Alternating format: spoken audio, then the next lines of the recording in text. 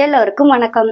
இன்னைக்கு நம்ம கோதுமை மாவுல ரொம்ப ஈஸியான டின்னர் ரெசிபி தாங்க எப்படி செய்யறதுன்னு பார்க்க போறோம். இது மார்னிங் பிரேக்ஃபாஸ்ட்டுக்கும் செய்யலாங்க.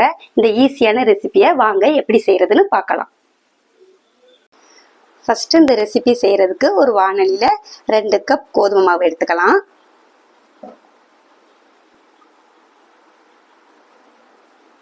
இப்போ இந்த மாவை ஒரு 3 நிமிஷத்துக்கு வறுத்து எடுத்துக்குவோம். இப்படி மாவை வறுத்து செய்யும்போது சாப்பிட்றதுக்கே ரொம்பவே டேஸ்டா இருக்குங்க. மீடியம் ஃப்ளேம்லேயே வச்சு வறுத்துக்கோங்க. இப்போ மாவு நல்லாவே வறுப்பட்டுருச்சுங்க. இதை எடுத்துடலாம். இப்போ ஒரு வாணலி வச்சு அதில் 2 கப் தண்ணி சேர்த்துக்குவோம்.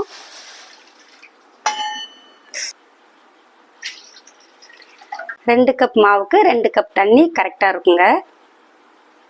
இந்த மாவுக்கு தேவையான கொஞ்சம் உப்பு, 1 ஸ்பூன் நெய் சேர்த்து செய்யும்போது எடுத்து சாப்பிட்றப்போ அவ்வளோ டேஸ்ட்டாக இருக்குங்க. தண்ணி நல்லா கொதிச்சு வரட்டும். தண்ணி நல்லா கொதிச்சுட்டுங்க. இப்போ நம்ம வறுத்து வச்ச மாவை இது கூட சேர்த்து கொஞ்சம் கொஞ்சமாக மிக்ஸ் பண்ணிக்குவோம்.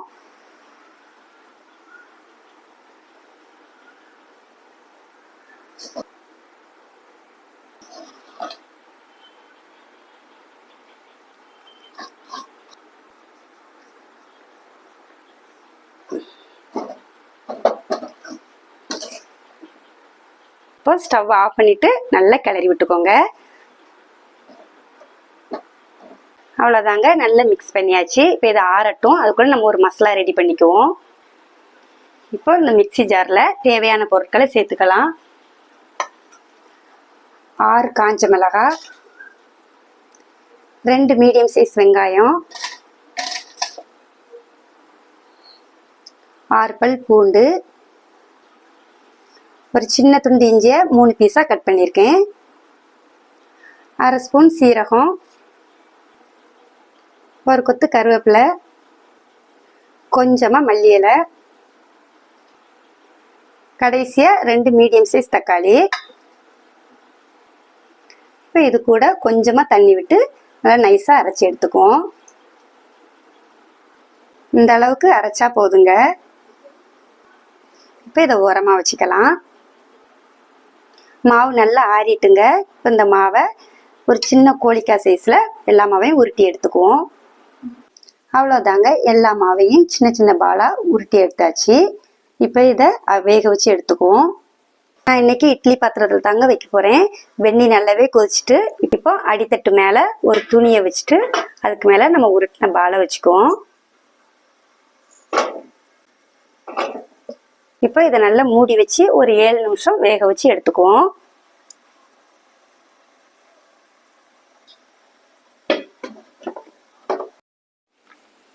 ஏழு நிமிஷம் ஆகுதுங்க. இப்போ ஓப்பன் பண்ணி பார்ப்போம்.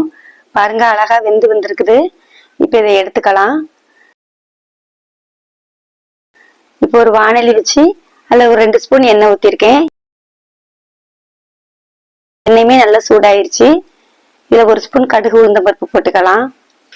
இப்போ இது கூடவே ஒரு கொத்து கருவேப்பிலை. எல்லாமே நல்லா பொரிஞ்சிட்டுங்க. இப்போ இது கூட நம்ம அரைச்ச மசாலாவை சேர்த்துக்குவோம்.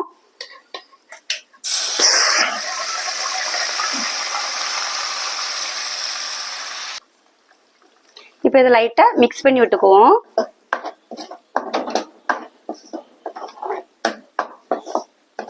இப்போ இது கூடவே 1/4 டீஸ்பூன் மஞ்சள் தூள், 1/4 டீஸ்பூன் பெருங்காயத்தூள். இப்போ இதை சேர்த்து மிக்ஸ் பண்ணிக்குவோம்.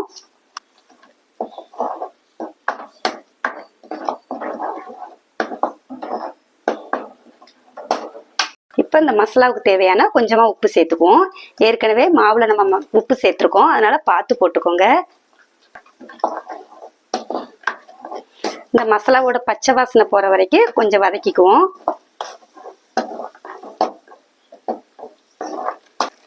மசாலா நல்லா வதங்கிருச்சுங்க. ஒரு 3 to 4 நிமிஷம் வதக்கினா போதும். இப்போ இது கூட நம்ம வேக வச்ச உருண்டையை சேர்த்துக்குவோம்.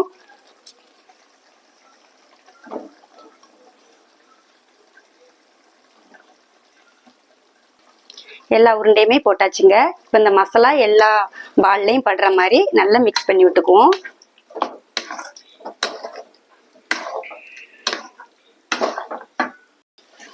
உருண்டையெல்லாம் போட்டதுக்கப்புறம் மீடியம் ஃப்ளேமில் வச்சு ஒரு 3 நிமிஷத்துக்கு கிளறி விட்டுக்கோங்க.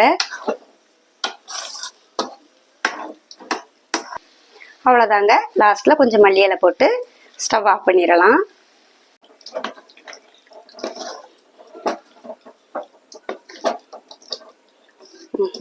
அவ்வளோதாங்க, சூப்பராக ரெடி ஆயிடுச்சு.